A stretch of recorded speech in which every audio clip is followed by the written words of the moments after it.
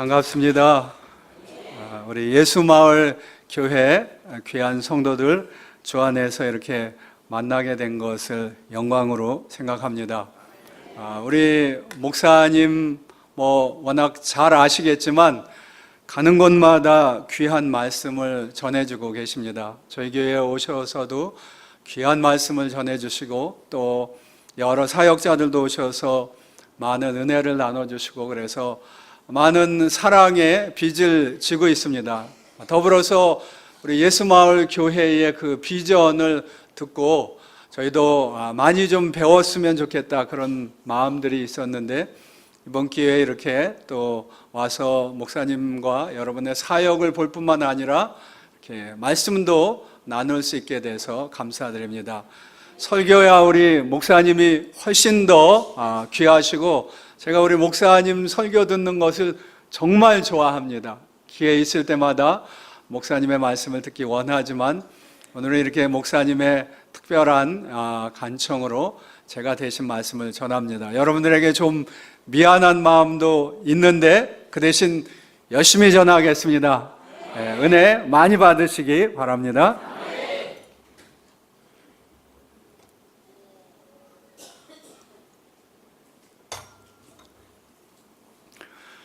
한국의 K-팝이 전 세계적인 인기를 끌고 있습니다.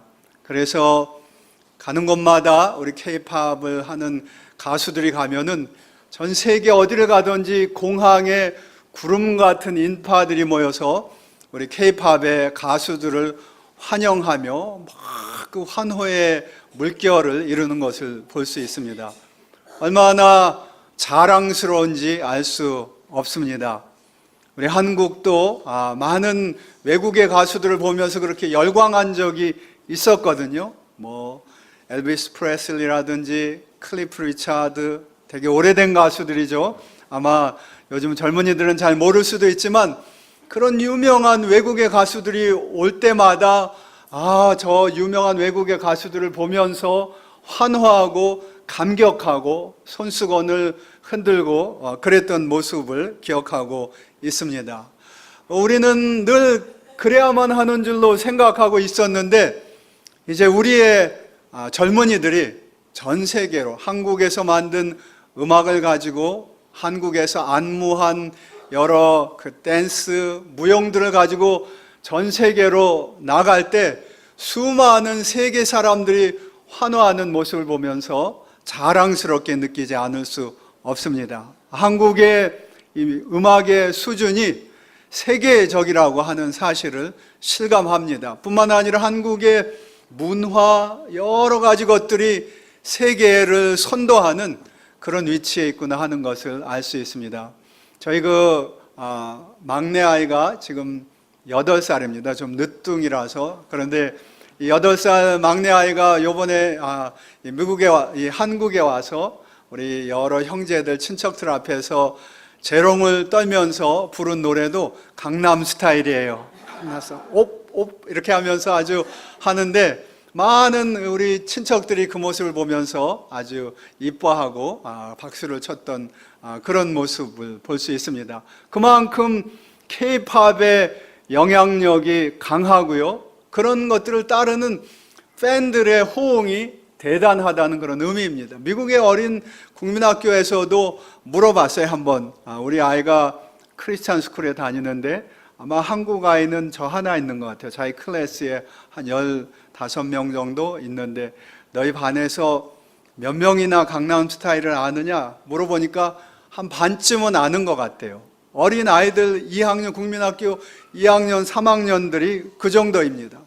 여러분 우리 예수마을교회에서도 실용음악 고등학교를 세워서 하는 것을 보았는데 가히 선구자적인 일이고요. 시대를 앞서가는 일이라고 확신합니다. 여러분이 목사님의 어떤 하나님께서 주신 사명에 따라서 앞을 내다보면서 젊은 세대를 키우고 또 그들을 통해서 하나님 나라를 전하는 이 일에 모두가 한마음 더욱더 한뜻이 되셔서 더 많은 열매 풍성하게 맺으시기를 주님의 이름으로 축복드립니다. 많은 K-팝이 세계적으로 선풍적인 인기를 끌고 팬들이 있습니다. 미국에서도 여러 엔터테이너들에 대한 열광은 대단합니다. 미국이 현재 아마 가장 유명한 엔터테이너라고 하면 저스틴 비버라고 하는 미소년 가수가 있습니다. 이 미소년 가수를 미국 사람들이 얼마나 좋아하는지 모릅니다. 오바마 대통령에게 딸들이 있는데 딸들의 소원 중에 하나가 저스틴 비버의 공연을 보는 것이었다고 합니다. 그래서 엄마가 딸들을 데리고 그 공연을 워싱턴에서 봤다 하는 그런 기사를 읽은 적이 있습니다.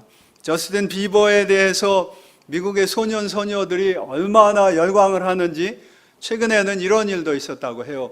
저스틴 비버가 어느 곳에 갔다가 유명한 미국 배우 한 명을 만나가지고 둘이 사진을 찍었다고 합니다. 그리고 장난삼아 저스틴 비버가 사진을 올리면서 This is my new girlfriend. 이게 내 새로운 여자친구입니다. 라고 그렇게 홈페이지에 올려놨다고 해요. 그랬더니 그 다음날 미국에서부터 전 세계적으로 수백만 통의 편지가 저스틴 비버하고 사진을 찍었던 그 여자 배우에게 날아들었다고 합니다. 내용이 뭔가 하니 대체로 이런 것이었습니다. 저스틴 비버 옆에 조금만 더 그렇게 달라붙어 있다가는 오래 살지 못할 줄 알아라. 그런 협박과 공갈의 편지를 받았다고 합니다. 저스틴 비버를 향한 팬들의 그 성원이, 사랑이 얼마나 열성적인가 하는 것을 알 수 있습니다. 그러나 여러분, 과연 이 팬들의 열광이 얼마나 갈 수 있을까요? 대체로 인기가 올라갈 때 팬들의 열화가 그냥 그때는 무엇이든지 그 사람을 위해서라는 당장의 목숨이라도 내놓을 것 같아 보이기도 합니다. 그러나 그런 팬들의 열광은 인기와 더불어 높아갔다, 인기와 더불어 식어가고 어느 순간에는 풍선처럼 물방울처럼 팍 터져버리는 것을 우리가 익히 잘 알고 있습니다. 그래서 주님은 우리에게 팬이 되기보다는 제자가 되라, 그렇게 우리에게 도전하시고 말씀하셨습니다. 마침 목사님께서 작년에 여러분들하고 팬이냐 제자입니까? 아마 한국에는 그런 제목으로 번역이 돼서 나와 있는 것 같아요. 본래의 제목은 Not a fan, 팬이 되어서는 안 됩니다 하는 그런 제목입니다. 카일 아델만이라는 그런 미국 목사님이 몇 년 전에 책을 쓰셨는데 바로 그 책입니다. 제자입니까? 팬입니까? 하는 책입니다.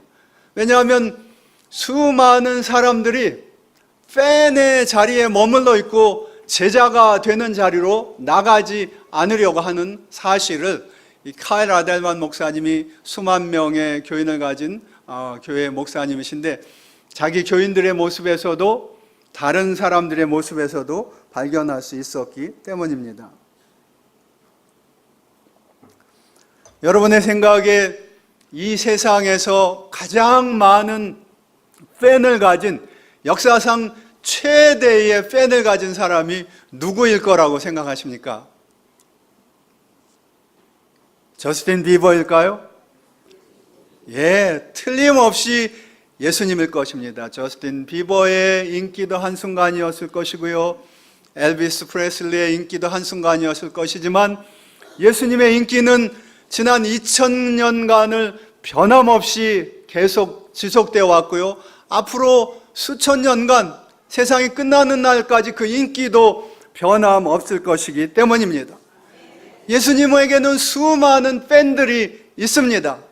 그러나 예수님은 팬들의 열광에 그렇게 예수님은 감탄하지 않으세요. 예수 믿는 사람들이 성숙해가는 과정 속에서 틀림없이 한순간 우리는 예수님의 팬이 되어야만 합니다. 예수님의 말씀에 감격하고 예수님의 인격에 감화받고 예수님의 능력에 감동받는 예수 그리스도의 팬이 한순간은 되어야 할 것입니다. 그러나 중요한 것은 예수 그리스도의 사람들은 팬의 자리에 머물러 있지 말아야 한다는 것입니다. 예수님은 그것을 우리에게 아주 분명하게 말씀하시기 원하셨습니다. 그래서 예수 그리스도의 팬으로 예수님의 열광하는 사람들을 향해서 주님은 그다지 적극적인 반응을 보이지 아니하셨습니다. 오늘 말씀, 우리가 읽은 말씀을 보면 예수님의 그 팬들이 등장하는 모습을 볼 수 있습니다. 오늘 말씀, 우리가 읽은 첫 번 말씀을 보면 예수께서 무리가 자기를 애워싸는 것을 보시고, 그런 말씀이 있어요. 무리가 예수님을 애워싼다는 것은 아주 전형적인 팬들의 모습입니다. 야, 예수님이 여기 오셨다. 그 은혜로운 말씀을 전파하신 예수님의 말씀, 그 입에서 어떤 말씀이 오늘은 떨어지는지 지켜보자. 그 수많은 능력을 행하셨던 주님에게서 오늘 어떤 능력이 일어나는지 지켜보자. 뭐 그런 기대에 섞인 열광이었을 것입니다. 예수님을 둘러싸는 무리가 있었어요. 그러나 예수님은 이들을 향하여서 손을 흔들어 주시지 않았어요. 아, 너희들 참 그 열광에 내가 대단히 감동을 받았다. 그렇게 손을 흔들어 주시지 않았어요. 그들을 칭찬하시지도 않았어요. 너희 지금 참 좋은 일을 하고 있다고 말하지도 않았습니다. 어떤 반응을 보이셨는가? 오늘 말씀 보면 무리가 자기를 애워싸는 것을 보시고 예수님께서는 건너편으로 가기를 명하시니라. 그렇게 말씀하셨어요. 무리가, 팬들이 자기를 애워싸는 것을 보시고 예수님은 스스로도, 그리고 자기의 제자들도 그 팬들로부터 격리하셨다는 것입니다. 저 팬들의 환호, 지금은 열광적인 것 같지만 결코 저기에 미혹되어서는 안 된다 하는 것을 지금 제자들에게도 보여주고 스스로도 그렇게 행동하고 있는 것입니다. 또 하나, 또 다른 몇몇 제자들이, 몇몇 그 팬들이 오늘 말씀에서는 등장을 합니다. 한 서기관이 나와서 예수님에게 얘기하죠. 선생님이 가는 곳이면 내가 어디라도 따라가리까. 그렇게 말씀하셨는데 예수님께서는 이 서기관에도 그래, 그렇다면 당장 나를 따르라고 말씀하지 않으시고요. 또 한 사람이 나와서 내가 주님을 따라가겠습니다. 그런데 먼저 내게 아버님을 장사 지내는 일을 하게 해달라고 얘기하는 그런 팬들도 있었습니다. 그럼에도 불구하고 예수님께서는 그 사람에 대해서도 그래, 급한 일이니까 우선 가서 부모님을 장사하는 것이 시급한 일이지 그것 먼저 하고 나를 따르라고 그렇게 얘기하지 않았습니다. 오늘 이 말씀에 등장하는 세 부류의 사람들, 여러 무리들, 서기관, 그리고 또 다른 한 사람, 이 세 사람이 가지고 있는 공통점을 들라면은 대체로 이들은 다 예수님의 관점에서 볼 때는 아직은 팬의 자리에 머물러 있다는 것입니다. 예수님을 향해서 열광해요. 예수님을 따라가겠다고 하고 예수님을 위해서면 목숨이라도 바치겠다고 하는 그런 마음들이 있었습니다. 그러나 예수님은 팬들의 환호에 미혹되지 않으셨다는 것입니다. 왜냐하면 주님은 우리를 팬이 되라고, 예수님을 향해서 열광하고 환호하고 예수님 앞에 펄펄 뛰는 그런 팬들로 부르신 것이 아니라 우리를 제자로 부르셨기 때문입니다. 예수님은 틀림없이 우리를 당신의 제자로 부르셨어요. 그래서 카일 아델만 목사님이 쓴 책에 보면 Fan or follower, 당신은 예수 그리스도의 팬이십니까? 아니면 당신은 예수 그리스도와 날마다 한 걸음씩 동행하고 있는 예수님을 따르는 자, 다른 말로 예수 그리스도의 제자입니까? 라고 도전하고 있습니다. 그리고 그 아델만 목사님은 그렇게 얘기했어요. 이 질문은 모든 예수 믿는 사람들이 자기 스스로에게 물어야 할 가장 중요한 질문입니다. 그렇게 말하고 있습니다. 왜냐하면은 많은 믿는다는 예수 그리스도의 사람들이 팬의 자리에 머물러 있다는 거예요. 예수님에 대해서 환호하고 열광하고 예수님을 사랑하는 것 같은데 예수님이 원하시는 제자의 자리에 이르지 못하고 있다는 것입니다. 그러기에 카델만 목사님께서는 이 질문을 반드시 물어봐야 한다. 이 질문을 묻지 않고는 당신은 평생을 스스로에게 속아 살 수도 있습니다. 팬이면서도 제자인 줄 알고. 팬과 제자의 차이가 무엇입니까? 팬과 제자는, 팬은 자기가 좋아하는 대상에 대해서 환호는 하지만 생명의 관계가 없어요. 생명의 연결이 없습니다. 그런 까닭에 아주 확실하게 말씀드리면, 단호하게 말씀드리면, 제자는 천국에 이를지라도 팬은 천국에 이룰 수가 없습니다. 너무 강한 표현 같습니까? 팬은 천국에 들어갈 수 없습니다. 그렇지만 틀림없는 진리입니다. 저를 한번 따라해 주시기 바랍니다. 팬으로서는 천국에 갈 수 없다. 틀림없습니다. 마태복음 7장에 보면 예수님이 주신 말씀에 이런 말씀이 있어요. 어떤 사람들이 천국 문 앞에 와서 예수님에게 얘기합니다. 주여, 우리를 천국에 들어가게 해주십시오. 얘기하면서 그 이유를 얘기합니다. 우리가 세상에 있을 때 주님의 이름으로 많은 기적들을 행했습니다. 주님의 이름으로 우리가 많은 능력들을 행했습니다. 그러니까 우리로 하여금 천국에 들어가게 해달라고 주님께서는 그렇게 얘기해요. 그런데 예수님께서 냉정하게 거절하시죠. 불법을 행하는 자들아, 내가 너희를 도무지 알지 못하노라.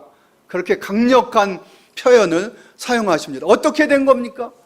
예수의 이름으로 많은 일도 행하고 많은 능력도 행하고 많은 것을 행했다고 하는데 어떻게 예수님이 모른다고 하는 것입니까? 예수님이 말한 것이 틀린 말일 수가 없다는 것을 전제로 하면은 틀림없이 그들은 스스로는 예수의 사람이라고 생각을 했는데 예수님하고는 관계가 없었던 거예요. 예수님은 그래서 예수님은 그들에게 불법을 행했다고 합니다. 무슨 이유가 있었을까요? 틀림없이 이유는 이것 하나입니다. 그들은 예수님의 진정한 제자가 아니고 그들은 예수님과 생명의 연결이, 인격적인 관계가 없는 사람들이었습니다. 그러기에 예수님께서는 내가 너희를 도무지 알지 못하느니라. 너희들은 나의 그저 팬이 돼서 내가 나에게 무엇이라도 되는 것처럼 얘기했지만 진정한 나의 제자의 모습은 없었다고 그렇게 얘기합니다. 왜냐하면 예수 그리스도의 제자에게는 주님과의 살아있는 교제가 있어야 하기 때문입니다.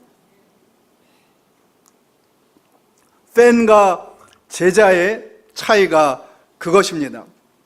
팬에게는 대상을 향한 환호는 있어요. 열정은 있습니다. 그러나 인격적인 관계가 없습니다. 팬에게는 대상을 향한 지식이 있을 수도 있어요. 그러나 인격적인 사귐이 없습니다. 예를 들자면 이런 것입니다.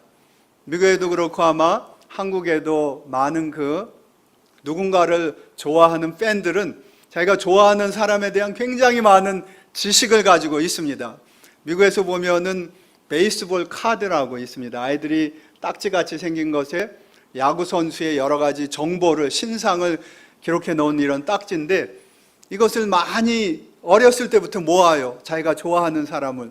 언제 어디서 태어났고 처음 입단한 구단이 어디고 몇 년도에는 이 선수가 어떤 실적을, 타율이 무엇이었고 하는 것을 줄줄이 기록해 놓고 팬들은 이것을 거의 다 외우고 있어요. 그래서 자기가 좋아하는 선수에 대해서 딱 얘기를 시작하면 쫙 나옵니다. 출생 지역부터 연봉, 지금 가족 상황까지 줄줄이 얘기할 수 있습니다. 지식이 많다는 거예요.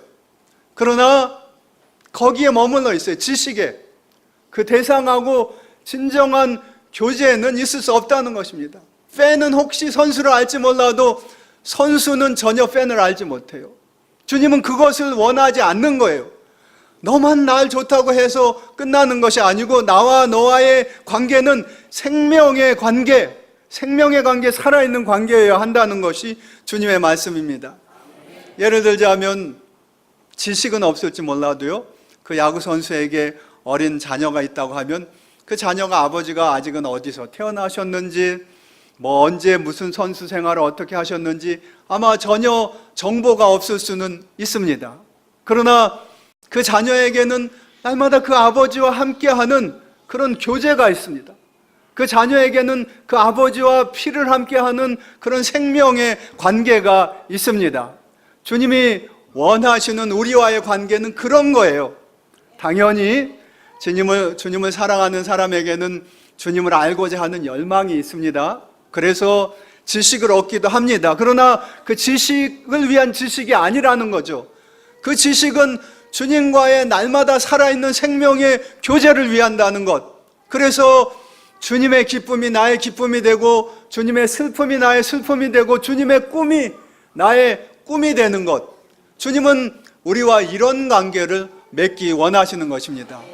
그 사랑도 그저 평범한 사랑이 아니에요. 모든 것을 함께하는 그런 사랑을 나누기 원하시는 것이 주님의 마음입니다.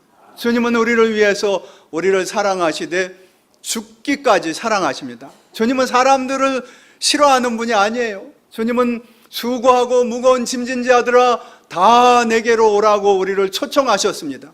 그리고 그 초청한 자와 더불어 모든 것을 내가 세상 끝날까지 너희와 함께 하리라, 함께 하시기를 원하십니다. 그러나 주님은 자기를 따르는 자들이 팬의 상태에 머물기를 원하지 않는다는 겁니다. 날마다 함께하고 날마다 교제하며 날마다 인격적인 천국의 가족으로서의 인격적인 관계를 나누면서 살아가는 것이 주님의 소원입니다. 그래서 주님은 우리가 팬의 자리에 머물기를 원치 아니하세요. 그래서 주님의 하신 말씀을 보면은 우리가 팬에 머물고자 하는 사람들에 대해서 적극적인 반응을 보여주지 않습니다. 적극적인 지지도 보내주지 않습니다. 그 정도면 됐다고 절대 말씀하지 않습니다. 주님은 우리를 향해서 참된 제자의 자리까지 나오라고 오히려 우리를 부르십니다. 요한복음 2장에 보면 이런 표현이 있어요. 많은 사람들이 주님이 행하시는 표적을 보고 예수의 이름을 믿었다, 그렇게 표현합니다. 그러나 예수는 그 몸을 저희에게 의탁치 아니하셨으니 이는 친히 모든 사람을 아심이라고 말씀하십니다. 한순간 예수님을 통해 나타나는 표적을 보고 열광했다는 거예요. 그러나 주님은 그 열광에 결코 적극적인 반응을 보이고, 야, 너라면 내가 믿을 만하다, 너는 나의 오른팔 왼팔이 되어달라고 얘기하지 않으셨다는 거예요. 이게 성경의 일관된 모습입니다. 성경은 우리에게 교회 안에 좋은 일꾼을 세울 때도 초신자를 하지 말라고 그래요. 한순간 열광적인 뜨거움은 있어도 결코 귀한 일을 맡기라고 하지 않습니다. 주님의 마음과 동일한 것이죠. 그래, 왜 주님이 이런 일을 하시는가? 요한복음 6장에 보면 주님이 그렇게 하시는 이유가 있어요.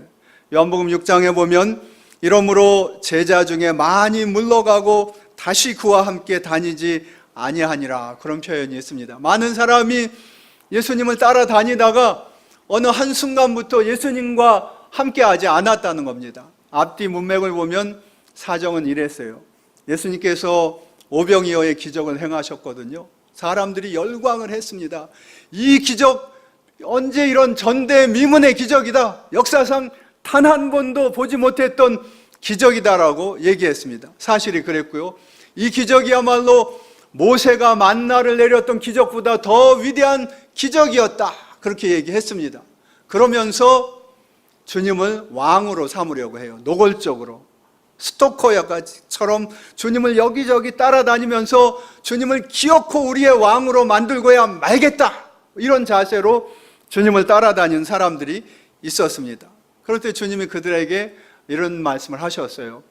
너희들이 배고파서 굶주린 모습을 보고 내가 너희를 오병이어의 기적을 통해서 먹인 것은 사실이고, 그리고 그런 말씀 없으셨지만 언제라도 너희들의 육신의 양식이 필요할 때 내가 먹일 것이다, 일용할 양식을 줄 것이다, 그런 얘기예요. 그러나 내가 너희에게 주려는 것은, 너희가 나를 따르는 이유는 그것이 되어서는 안 된다. 너희가 떡을 먹고 배부른 까닭에 나를 쫓아다녀서는 안 된다 라고 단호하게 말씀하셨어요. 왜냐하면 내가 너희에게 주려는 떡은 먹고 배부른 떡이 아니라 영혼의 떡이요, 생명의 떡이요, 천국의 떡이기 때문이다. 주님께서 그렇게 말씀을 하셨어요. 그러니까 미련하지 않은 사람들이 벌써 탁 감이 왔죠. 더 이상 우리에게 오병이어의 기적 같은 기적을 주시지 않겠다는 얘기구나 하면서 주님을 떠났다는 얘기입니다. 이게 팬이에요. 팬의 모습이란 이런 것입니다. 자기에게 뭔가 유익을 줄 때는 그 유익을 주는 대상이 좋습니다. 즐거움을 주든지 그것이 무엇이든지. 그러나 팬의 자세는 근본적으로 자기 중심이에요. 누굴 좋아하는 것도 자기 만족을 위해서 좋아하는 거지 정작 그 사람을 위해서 좋아하는 것은 아닙니다. 아주 자기 중심의 그런 모습이 팬들에게 있는데, 예수님을 좋아하되 우리가 나만의 만족을 위해서 좋아하는 그런 자기 중심의 이기적인 자리에 머물기를 결코 원하지 아니하셨습니다. 생명의 떡, 이것을 나누고 생명의 떡을 먹은 사람답게 사는 것이 주님의 마음이었습니다. 그래서 팬들은 떠났는데 팬과 팔로워의 차이가 무엇이냐? 그 다음 예수님께서 제자들에게 말씀하셨어요. 요한복음 6장 67절의 말씀입니다. 예수께서 12 제자에게 이르시되 너희도 가려느냐? 여러분, 혹시 예수 마을의 성도 되신 여러분들에게 주님께서 이런 질문을 하셨다면 어떻게 하시겠습니까? 내가 너희에게 더 이상 특별한 재물을 준다는 보장을 할 수 없다. 내가 너희를 높여준다는 보장을 할 수도 없다. 내가 너희를 장수하게 한다는 보장도 할 수 없다. 그렇게 얘기하고 여러분에게 묻는다면, 그런즉 너희도 가려느냐 묻는다면 어떻게 대답하시겠습니까? 예수님께서 제자들에게 그렇게 질문하셨을 때 진정한 팔로워들은 어떻게 대답을 했느냐? 시몬 베드로가 대답하되 주여, 생명의 말씀이 주께 있사온데 우리가 뉘게로 가리이까? 이게 제자의 말씀입니다. 당신이 내게 재물을 주지 않아도 상관없습니다. 건강을 주지 않으셔도 상관없습니다. 명예를 주지 않으셔도 상관없습니다. 그러나 당신에게 생명의 말씀이, 구원의 진리가 있는데 우리가 뉘게로 가리이까? 우리에게는 주님밖에는 아무도 없습니다. 그리고 주님을 따라가는 이것이 바로 제자의 모습, 팔로워의 모습입니다. 많은 인기인들이요, 자칫 잘못하면은 크게 실망하고 좌절하는 이유 중에 하나는 이 인기, 팬의 정체를 잘 알지 못해서일 것입니다. 인기가 있을 때는 팬들이 구름처럼 따라와서 마치 구름 위를 걷는 것처럼 그렇게 걸어 다닐 것입니다. 그러나 그것이 어느 날 거품처럼 꺼지는 날, 날개 없는 것처럼 끊임없이 추락을 하고 나면은 그 실망과 상실감, 박탈감에 어쩔 줄 몰라 한다는 얘기입니다. 그래서 거저한 마음을 달래기 위해서 술도 마시고 해서는 안 될 일도 하고 그런 모습들이 있습니다. 때로는 그러다가 그냥 때로는 다른 나라로, 가끔 미국에도 그런 분들이 있어요. 많은 인기를 얻다가 어느 날 인기가 사라진 그 상실감에 미국에 와서 어느 조그만 소도시에 가서 그냥 남이 보지 못하는 곳에서 살아가고 있는 분들이 더러더러 있습니다. 자기의 그 인기 없는, 거품이 빠져버린 자기의 모습을 남에게 보이기 싫다는 거예요. 그런데 그 매스컴은 가끔 좀 묘해가지고 그 사람이 지금 어떻게 사는지 궁금하다 그래가지고 기어코 그런 사람들을 쫓아와가지고 비추더라고요. 보여주면 그런 사람들이 막 손을 지으면서 왜 내 이런 모습을 사람들에게 보여주려 하느냐고 그렇게 부인하는 그런 모습들이 가끔 있습니다. 팬의 실체, 인기 위에 살아가는 인생의 모습들을 바로 알지 못했기에 실망도 큰 것일 것입니다. 그러나 주님은 그러지 않으셨다는 거예요. 팬의 실체를 알았어요. 그래서 제자들을 모두 다 초청하셨습니다. 하시되 팬의 자리에 머물지 말고 나와 진정한 인격적인 교제를 날마다 나누는 제자의 자리로 들어오라고 주님께서는 우리에게 초청하신 것입니다. 주님의 초청은 그런 초청이에요. 나의 가장 깊은 곳까지 함께 나누기 원하시는 그런 주님의 모습입니다. 그래서 주님은 그런 제자들을 사랑하시되 죽기까지 사랑하시다라고 말씀하십니다. 요한복음 11장의 말씀인데 예수님께서 십자가에 지시기 바로 전날이죠. 전날 제자들과 마지막 만찬을 하셨잖아요. 그리고 제자들에게 떡을 떼주시면서 이것은 너희를 위한 내 살이라고 말씀하셨고, 잔을 나눠주시면서 이것은 너희를 위하여 흘리는 나의 피 곧 언약의 피라고 말씀하셨습니다. 자기의 살과 피를 우리를 위해서 아낌없이 주시겠다는, 마지막까지 제자들의 발을 씻기면서 섬김의 종으로 살아가시겠다는 그런 의미 아니겠습니까? 그 모습을 본 사도 요한이 기록하기를 저가 자기 사람들을 사랑하시되 죽기까지 사랑하시느니라. 여러분, 이 주님의 사랑을 아십니까? 이 주님의 사랑 앞에 얼마나 감격하고 계십니까? 팔로워, 예수 그리스도의 제자가 된다는 것은 예수 그리스도의 이 놀라운 사랑 속에 살아간다는 것을 의미합니다. 여러분, 여러분의 삶의 의미가 무엇입니까? 행복이 무엇입니까? 저는 그렇게 얘기하고 싶어요.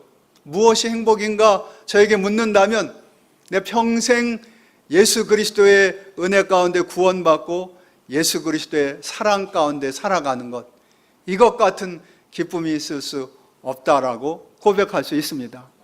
예수 그리스도의 사랑의 그 깊이와 넓이와 높이, 그 놀라운 하나님의 은혜를 날마다 새로운, 날마다 깊어가는 그 놀라운 하나님의 사랑 가운데 살아가는 것이야말로 인생 최고의 행복입니다. 예수마을 성도 여러분들은 한 분도 예외 없이 예수의 그 깊고 높고 넓은 사랑을 누리시기를 주님의 이름으로 축원드립니다. 예수의 제자에게는 바로 그 사랑이 있어요. 팬에게는 없는 것입니다. 그래서 까닭에 주님은 팬에 머물지 말고 진정한 제자의 자리로 들어오라고 우리를 초청하셨습니다. 그렇지 않고는 예수님의 그 진실한 사랑, 깊은 사랑, 놀라운 사랑을 누릴 길이 알 까닭이 없기 때문입니다. 또 하나, 팬과 제자의 차이 중에 하나는 팬은 적당히 좋아하지만 진정한 사랑에서 우러나는 헌신은 없습니다. 이해하죠? 많은 팬들이 있지만 대부분의 팬들은 자기의 그 대상에 대해서 적당히 사랑해요. 손해가 없을 만큼만 사랑하지만 진정한 사랑까지 이루지는 못합니다. 자기의 모든 것을 던질 수 있는 희생과 헌신은 없습니다. 그것은 제자의 자리에 이룰 때만 있을 수 있습니다. 카일 아델만 목사님이 이런 얘기를 하면서 자기의 얘기를 잠깐 했는데 이런 얘기를 하셨어요. 자기가 아내를 사랑하는데 정말로 사랑했기 때문에 자기가 차가 없어서 아내가 있는 곳에 아내를 만나기 위해서 120km가 되는 곳을, 그러면 여기서 얼마나 되나요? 한 대전쯤 되나요? 120km가 되는 곳을 자전거를 타고 달려가서 아내를 만나곤 했었다 하는 그런 얘기를 했습니다.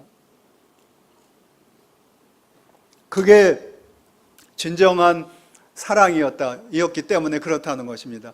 미국도 지금은 상당히 부자 나라, 잘 사는 나라로 통하지만 예전에는 결코 그러지 않았습니다. 불과 몇십 년 전만 하더라도 그렇지 않았던 것 같아요. 제가 어느 미국 분에게 이런 얘기를 들었어요.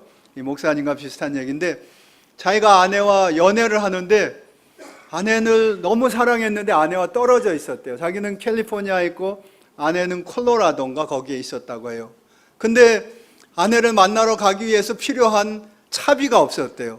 그래서 아내를 만나러 갈 때마다 자기의 피를 팔아서 그 돈을 가지고 여비를 해가지고 그레이하운드 버스를 타고 가서 아내를 만나고 돌아왔다가 또 아내가 보고 싶어서 연애하는 애인이 보고 싶어서 견디지 못할 때가 되면 또 피를 팔아서 여비를 해가지고 그 연애하는 애인을 만나러 가고는 했다는 얘기입니다. 참된 사랑의 증거 중에 하나예요. 무슨 얘기냐 하면 진실한 사랑에는 이런 대가를 치를 용의가 있다는 거예요. 억지로 하는 것이 아니죠. 기쁨으로 피를 팔면서도 사랑하는 그 아내를 만날, 애인을 만날 그 기쁨에 설레임에 가득했을 것입니다. 하나님께서는 주님이 원하시는 참된 제자의 모습은 바로 이런 것이에요. 진정한 희생이 있다는 것입니다. 기쁨으로 드리는 희생이 주님의 제자들에게는 틀림없이 있습니다. 주님께서는 우리에게 그런 제자가 되기를 원해요. 주님은 우리를 제자로 부르셨고요. 우리를 부르실 때 제자됨에 어떤 비용이 있는지 틀림없이 아주 명확하게 말씀하셨어요. 누구든지 나를 따르려거든 자기를 부인하고 자기 십자가를 지고 나를 따르라고 말씀하셨고요. 누구든지 나보다 자기 부모나 자기 처자를 더 사랑하는 자는 나에게 합당하지 않고 아주 강력하고 분명한 대가가 있음을 우리에게 말씀하셨습니다.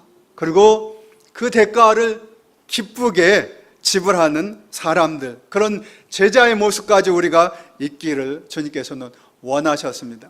여러분, 제자됨의 대가를, 비용을 기쁘게 지불할 용의가 있으십니까? 그것이 제자예요. 본헤퍼라고 하는 아주 유명한 독일의 신학자가 있었습니다. 이분이 2차 세계대전 당시에 세계적인 그런 신학자였는데, 이분이 쓴 좋은 책 중에 Cost of Discipleship, 제자됨의 비용, 제자됨의 대가라는 그런 책이 있습니다. 이분의 책이 그렇고요, 이분의 삶이 그랬는데, 이분은 자기의 삶을 예수 그리스도의 제자로 살기 위해서 기꺼이 비용을 지불했어요. 그분의 삶이 어떠했는가? 대표적인 것 중에 하나는 그 당시가 2차 세계대전 당시니까 독일 히틀러가 전 세계를 주름잡고 있는 그런 시기였습니다. 처음에는 좀 히틀러에게 반대하는 사람들도 있었지만, 그러나 히틀러가 파워가 점점 세지니까요, 독일 안에 있는 모든 카톨릭, 성직자들이 히틀러야말로 이 시대에 하나님이 보내신 하나님의 종이다, 이런 식으로 히틀러를 합리화해 줬습니다. 그리고 개신교 그런 지도자 중에도 몇몇 사람들이 히틀러를 합리화해 줬어요. 히틀러는 위대한 사람이다, 그런 하나님의 종이다, 이런 표현들을 했습니다. 그런데 본헤퍼가 하나님의 말씀으로 판단하기에는 절대로 아니었어요. 히틀러는 하나님을 향한 겸손함도 없고 순정도 없고 하나님을 향한 경외함도 없는 사람이었어요. 그래서 절대로 아니다, 처음에는 그냥 반대를 했죠. 그러다가 히틀러의 세력이 워낙 강대해지니까 이 적그리스도 같은 히틀러를 없애는 일은 암살하는 것밖에 없다. 결국 권장할 만한 일은 아니지만 상황이 그랬다는 얘기입니다. 그래서 이 본헤퍼와 몇몇 사람들이 히틀러를 암살하기 위해서 음모를 꾸미다 발각이 됐어요. 그리고 아쉽게도 2차 세계대전이 끝나기 며칠 전에 일망타진되어서 모두가 잡혀가지고 독일 정보부의 뒷마당에서 교수대에 매어서 교수형을 다 당했습니다. 제가 어느 때 사진을 보니까요, 그 흑백 사진이 남아있더라고요. 독일 정보부 뒷마당에서 교수형을 당해서 대롱대롱 달려있는 본헤퍼의 모습을 볼 수 있었습니다. 인간적으로 보면 불행하고요, 슬픈 일이고 고통스러운 일이 아닐 수 없습니다. 그러나 예수 그리스도의 제자로 살아가기 위해서 자기의 생명조차 아끼지 않고 살았다는 사실을 생각하면 영웅적인 삶이고 영웅적인 죽음이 아닐 수 없습니다. 때로 제자됨에는 그런 희생과 대가가 필요합니다. 여러분은 어떤 자리에 계십니까? 팬입니까? 아니면 제자이십니까? 팬으로 남기를 원하십니까? 아니면 제자로 살아가기를 원하십니까? 우리 스스로에게 물어봐야 할 것이에요. 그래서 이 질문이 중요하다는 것입니다. 그렇다면 참된 제자로 살아가기 위해서는 우리가 어떻게 살아가야 할까요? 오늘 말씀에는 우리에게 두 가지 참된 제자의 모습을 우리에게 보여주고 있습니다. 첫째는 주님을 따르되 조건 없이 따라야 한다는 것입니다. 저를 한번 따라해 주시기 바랍니다. 조건 없이 따르자. 조건 없이 따르자. 참된 제자는 주님을 따르되 조건 없이 따릅니다. 오늘 어떤 서기관이 예수님이 어디로 가시든지 따르겠다고 얘기했습니다. 언뜻 들으면 조건 없이 따르겠다는 그런 말처럼 들리기도 해요. 그런데 예수님께서는 그 제자에게 여우도 굴이 있고 공중의 새도 거처가 있되 인자는 머리 둘 곳이 없다고 그런 말씀을 하세요.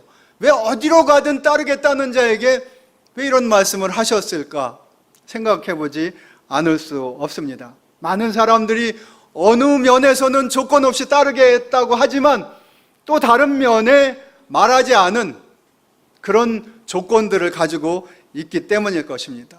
조건 없이 어디로 가든 주님을 따르겠지만 어디서든 먹고 살만은 하게 해달라는 어떤 그런 얘기가 이 서기관에게 있었을 수도 틀림없이 있습니다. 예수님을 따르는 사람들의 마음속에 누구에게나 있는 것 중에 하나는 주님을 향한 어떤 소망이에요. 잘 살게 해주십시오. 오래 살게 해주십시오. 건강하게 해주십시오. 이런 것들을 실질적인 것을 추구하는 그런 모습들입니다. 그것이 전적으로 잘못된 것은 아닙니다. 예수님은 틀림없이 예수님을 따르는 자들에게 많은 것을 주세요. 너희는 먼저 그 나라와 그의 의를 구하라. 그리하면 이 모든 것을 더하시리라 약속하셨습니다. 제가 오래간만에 한국에 와서 얼마나 많이 감탄하고 놀라고 있는지 모릅니다. 하나님께서 대한민국을, 우리 조국을 놀랍도록 축복해 주셨다는 사실에 감격하고 있습니다.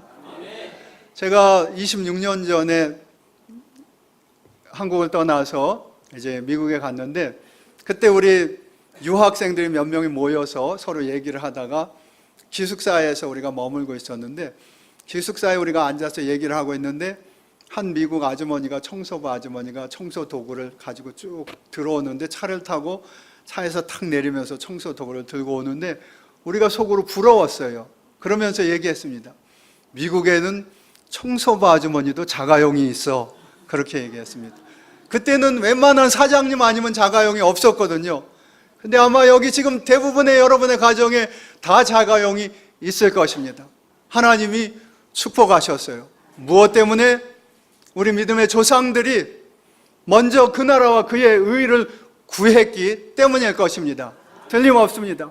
하나님께서는 자기 백성들을 풍요하게 축복하시고 건강하게 오래 살기를 원하세요. 예수 믿는 사람 틀림없이 제가 통계 수치를 말씀드릴 수는 없지만 예수 믿는 사람의 평균 수명과 그렇지 않은 사람의 수명을 계산해 보면 최소한 10년 이상 차이가 날 겁니다. 어떤 분이 그런 연구를 하셨어요. 세계에서 예수 믿는 사람의 인구는 15%에서 20%밖에 안 되지만 전 세계의 재산 중에 80%가 예수 믿는 사람의 소유다라는 얘기를 했습니다. 틀림없이 주님은 믿는 사람들을 축복하십니다. 그러나 중요한 것은 무엇이냐? 그것이 주님이 주실 어떤 재물이, 명예가, 건강이 우리가 주님을 따라가는 목적이 되어서는 안 된다는 것입니다. 오늘 주님께서는 그래서 가장 약한 것을, 여우에게도 굴은 있지 않느냐? 공중에 나는 새에게도 깃들일 거처는 있지 않느냐? 그러나 나는 그것조차 너에게 보장할 수 없다라고 얘기하는 거잖아요. 나는 그것조차 너희에게 보장할 수 없다. 그것을 위해서 나를 따라온다면 너희는 번지수를 잘못 짚은 거다 얘기하시는 겁니다. 그럼 예수를 따르는 사람은 뭐 때문에 따라가는 겁니까? 묻는다면 예수님의 대답은 틀림없이 이것입니다.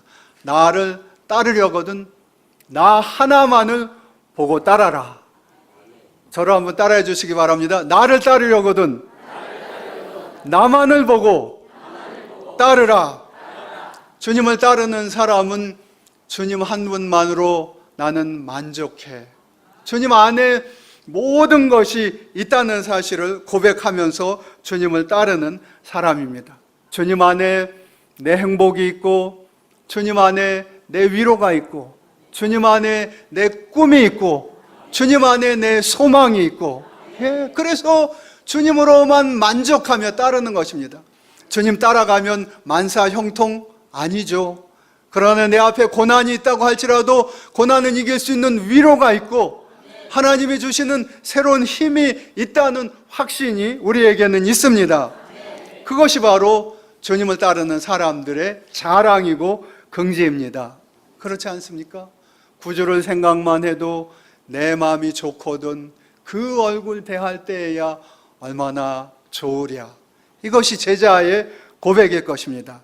우리 예수마을교회 예수님을 따르고자 하는 여러 성도들 모두에게 이와 같은 주님 한 분만으로 만족하는 믿음의 고백이 있기를 주의 이름으로 축원드립니다.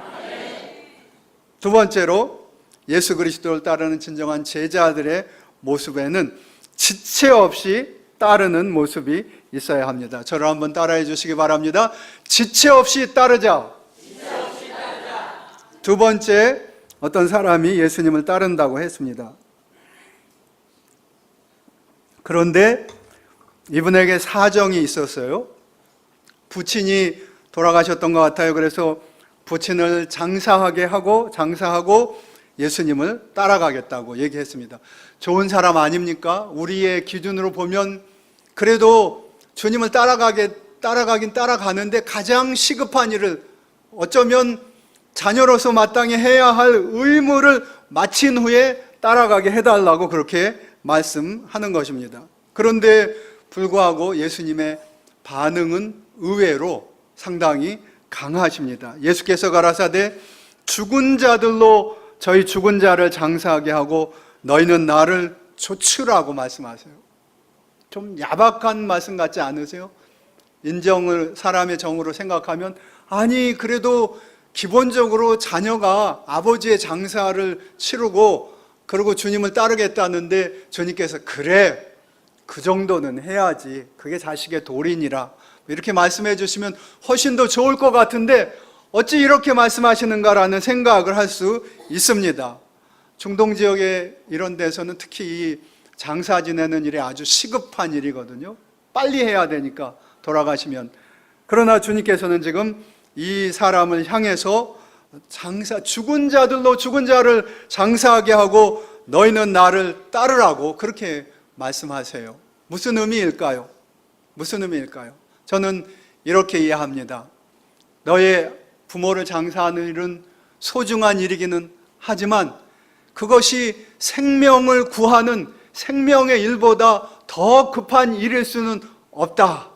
예를 들면은 장사를 정중하게 지낸다고 한들 그 일로 해서 돌아가신 너희 부모님이 살아날 수 있는 일이냐? 그럴 수는 없고, 장사를 온갖 예의를 다 갖춰서 한다고 한들 그것으로 죽은 자가 일어날 수 있겠느냐? 그럴 수는 없는 일 아니겠느냐? 그건 중요하다고 해도 상대적으로 중요한 일이고, 절대적으로 시급하고 중요한 일은 우리 앞에 여전히 잃어버려 있는 생명들을 구하는, 생명에 구하는 일만큼 그렇게 시급하고 소중한 일은 없다라고 지금 말씀하시는 겁니다. 여러분, 예수마을 교회의 비전과 꿈이 무엇입니까? 수많은 사람들, 아직도 주님을 알지 못하는 수많은 사람들에게 왕 되신 예수 그리스도, 구원 되신 예수 그리스도를 증거하는 일 아니겠습니까? 그것이 가장 급하고 우선적인 일이라는 것입니다. 거기에 우리의 삶의 우선권이 있어야 한다는 그런 말씀일 것입니다. 장례식 하지 말라는 얘기 절대 아닙니다. 위로가 필요한 장례식도 있을 것입니다. 그러나 생명을 구하는 일만큼 소중한 것은 없다. 인생의 우선순위, 프라이어리티가 어디에 있어야 하는가? 절대적으로 생명을 구하는 일에 있다라고 말씀하시는 얘기입니다. 여러분, 얼마나 생명을 구하는 일에 여러분의 삶의 우선순위를 두고 계십니까? 예수 마을은, 교회는 예수의 마을을, 이 공동체, 지역사회 위에, 그리고 더 나아가서는 전 세계가 예수 마을 되는 위대한 비전을 가지고 계십니다. 축복하고 싶어요. 예, 아름다운 비전입니다. 그리고 이 비전을 위해서는 여러분의 삶의 우선순위가 분명해야 할 것입니다. 생명을 위한 일과 그렇지 않은 일을 분별할 필요가 있습니다. 여러분의 삶이 하나님이 우선순위라고, 하나님의 프라이어리티가 있는 곳에 여러분의 삶도 우선순위가 주어지기를 주님의 이름으로 축원드립니다. 결론을 맺습니다. 여러분, 예수 그리스도의 팬이십니까? 아니면 제자이십니까? 주님은 모든 사람들을 부르시고 함께하기 원하십니다. 그러나 그들이 팬의 자리에 한순간 열광하고 한순간 기뻐하고 한순간 순종하고 그러다 거품처럼 사라지고 마는 팬의 자리에 머물기를 결단코 원치 않으십니다. 주님은 그들로 하여금 살아계신 주님 당신과 더 깊은 교제, 더 뜨거운 사랑, 더 놀라운 감격을 누리는 생명의 관계 속으로 들어오기를 원하십니다. 여러분들이 그런 초청을 받은 분들입니다. 하나님 앞에 그런 예수 그리스도의 제자로 날마다 살아가시는 예수마을교회의 복된 성도들 되시기를 주님의 이름으로 축원드립니다. 기도하겠습니다.